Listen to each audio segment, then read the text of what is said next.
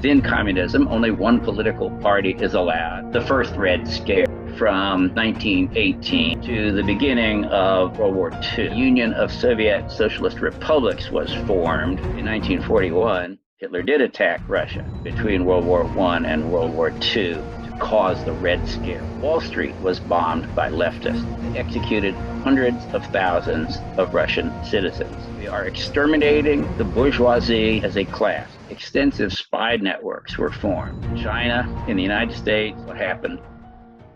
After the Second World War was over in 1945, very rapidly, the Iron Curtain was established in Europe. Vassal states were established in Poland, East Germany, Czechoslovakia, Hungary, Romania, Bulgaria, and Albania. And these became part of the Warsaw Pact and were essentially ruled by Russia. Yugoslavia was also communist, but was the one exception that was not actually ruled by Russia. From 1945 onward, there was a great competition between Russia and the West. Russia occupied Austria, attempted revolution in Greece, was highly influential in Italy and France, and a number of other European and Asian countries. In 1945, a lady named Elizabeth Bentley was in fear that she was going to be caught by the FBI and tried as a spy. So she cooperated and began naming 150 Russian spies, 35 inside the US government, including 3 spies in the most secret project that we had ever had, America's Manhattan Project, which built the atomic bomb.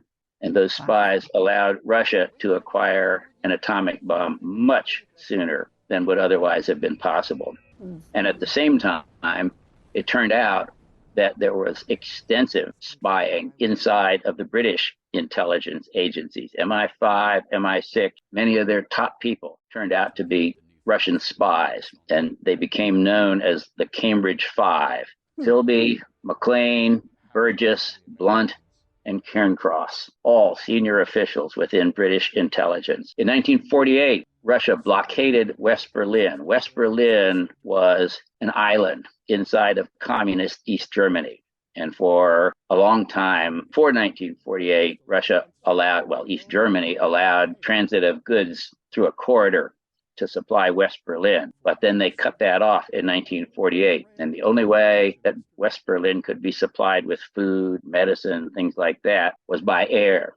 And so the United States, in conjunction with Western Germany, mounted an airlift that had planes going in and out of Tempelhof Airport in a continuous stream for the better part of a year, until finally the communists decided that their blockade wasn't going to work, and they opened up the route again. In 1949, Russia explodes its first atomic bomb. Also in 1949, the communists take over China with assistance from agents inside the U.S. Treasury Department, who blockaded payments for Chiang Kai-shek's army and helped to subvert his cause. Just within the same calendar year, the Korean War began, a major war that involved the United States and that we almost lost. 1950, Alger Hiss, senior State Department employee, convicted of spying for Russia. 1951, Julius and Ethel Rosenberg, convicted of spying for Russia, providing radar and nuclear weapons secrets. 1951, Morton Sobel,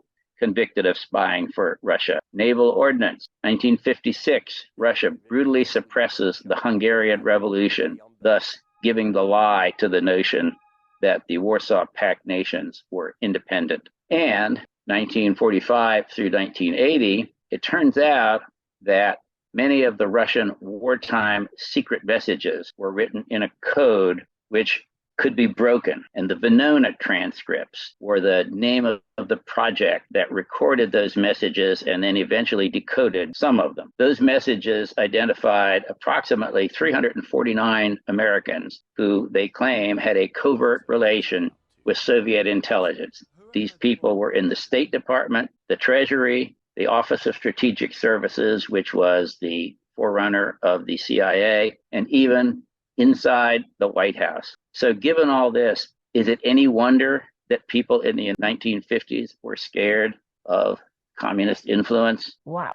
I'm quite surprised. I would say some of the effective spies, they really turned the history upside down. They changed the course of the whole world. I mean, the ratio of the peaceful, the democracy power versus the anti-democracy or more authoritarian powers. And that's why they want to invest so much money and energy to keep spying the free world. You're right. So the question for today becomes the present, 1991 till now. Should we still be worried? In 1976, Mao died, and 2 years later, China liberalized its economy and turned toward the West, and it appeared that they might become a peaceful, democratic nation. And in 1991, the USSR dissolves. Russian communism is ended. So is it all over with? Do we not need to worry anymore? Well, the bear doesn't change his coat, the Russian bear.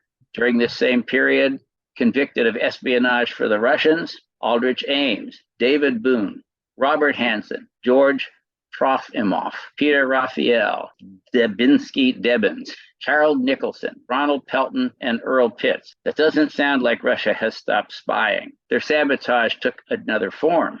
Now it includes election meddling, ransomware, blackmail, and extortion. A defector from the old KGB says that now, rather than spying, psychological warfare activities account for 85% of all KGB and its follow-on, the FSB efforts. And of course, we know that in 2022, Russia invaded Ukraine and threatened nuclear warfare. So it appears that there is still something to worry about. How about China? Has China turned out to be any better? Well, it turns out that the panda is a bear as well.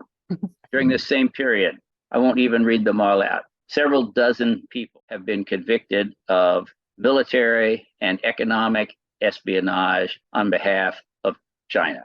And these are simply the ones who've been convicted. The great majority of agents are either never detected, or they escape before they can be arrested, or in some cases are deliberately not prosecuted simply because the FBI and the CIA do not want to give away the means of detection. And then there's sexual seduction. This has gone on in many instances, but the most famous and well-known is Fang Fang, who seduced a number of American politicians, specifically including Congressman Eric Swalwell. The interesting thing has been the new direction of spying, or more broadly, subversion, with the increasing infiltration into social media, including things such as shadow banning and bot-based amplification of preferred positions. So given all these things, can there be any doubt that foreign agents have infiltrated social media with the purpose of undermining the United States? I think there's no doubt. You even don't need to send people. You probably can let people sitting in China to spy any Chinese American in the US